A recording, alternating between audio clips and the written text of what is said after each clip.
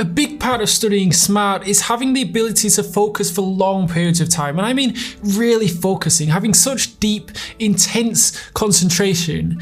Have you ever been so involved in a task where you're so in the zone that you completely lose track of time? You can stay 100% laser focused on that one task for hours, and you're so focused on the task at hand that you even forget to eat. And this is a concept originally named in 1975 by psychologist Mihai Csikszentmihalyi, outlining his theory that a flow state is a state of concentration or complete absorption with the activity at hand and the situation. It is a state in which people are so involved in an activity that nothing else seems to matter.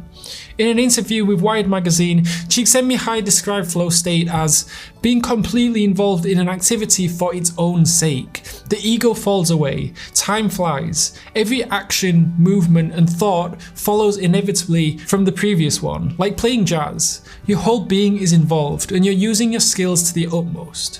When you're in the state of flow, you are completely focused on the task at hand and you forget about everything. You forget about yourself, about the world around you, you lose track of time, you feel happy and in control and become creative and productive. Now, imagine if you could actively turn on this level of focus, almost like flicking on a switch every time you sit down to study. What if I told you that you can train yourself to reach this flow state? Because that's exactly what high performance students are able to do. They have trained themselves to enter this state of flow where nothing else matters, only the work they are doing in front of them. So how do you train yourself to enter a state of flow? The first thing to do is to find a quiet study place, clear away all distractions and any desktop notifications from Instagram or Facebook or emails or anything else that might pop up or make noise to disrupt your thoughts. I also find it helpful to have a clear desk, even if that means sweeping papers that I don't immediately need in folders stored away for later. So in my first year of university, or at least in the first half of my first year, I'll be honest, it wasn't easy to enter into this state of flow. There were three things that I realized. Firstly, I needed to train myself and slowly work myself up to it. So I'd start with just being super focused for 30 minutes. Once that started getting relatively easy over a period of a few weeks, I'd increase it to 40 minutes, then to 50 minutes. And eventually by the end of the year, it was relatively easy to stay in a state of flow for hours at a time. The second thing that I realized was that I needed the conditions to be right. So I needed the study environment to be perfect. And for me, that was in the library with my noise cancelling headphones on, usually with some classic music like Mozart playing quietly through them. I then needed to focus on just one task. Switching from task to task really was destructive when it came to entering into a flow state. The idea really was to get so consumed and focused on a task that you completely forget about everything else. And honestly, once I trained myself to enter into a peak flow, it was an absolute game changer.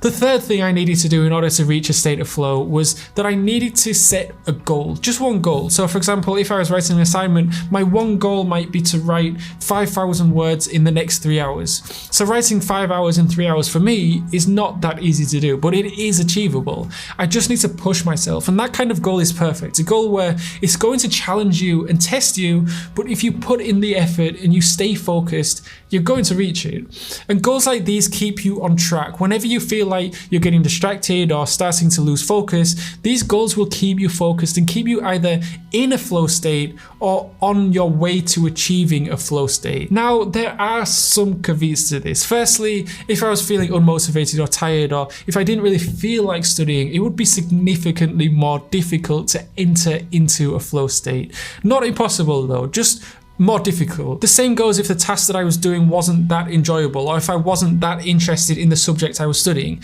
Again, it was more difficult to enter into a flow state, but not entirely impossible. And what I like about entering into a flow state is that studying just becomes easy. You find yourself in a position where you're swimming with the tide rather than against it. Studying just becomes enjoyable, an enjoyable experience. And that's really where we should be aiming for. Studying shouldn't be something that you need to keep wrestling with. It should be an enjoyable experience. Sometimes I could be in a flow state for an entire day, studying for 12 or so hours. I mean, with breaks in between and eating and walking around to keep my circulation going, but it's how I could study for 12 hours actually relatively easily, because it was 12 hours of just going with the flow, and it wasn't forced studying, because we really want to get to a stage where all the studying that we're doing is because we want to study rather than because we're being forced to study. So if there's one thing you take away from this course, I would suggest that you start training yourself. If you haven't already, start training yourself to enter into this flow state. After a few months or maybe a year, you'll be able to almost just enter into a state of flow as soon as you sit down. It really is almost like a superpower, and honestly, that's no exaggeration. Once you're there, you'll know what I mean. So this was a really important lesson. So if you have any questions about it, maybe you need some further guidance or support, just let me know below and I'll get back to you as soon as I can.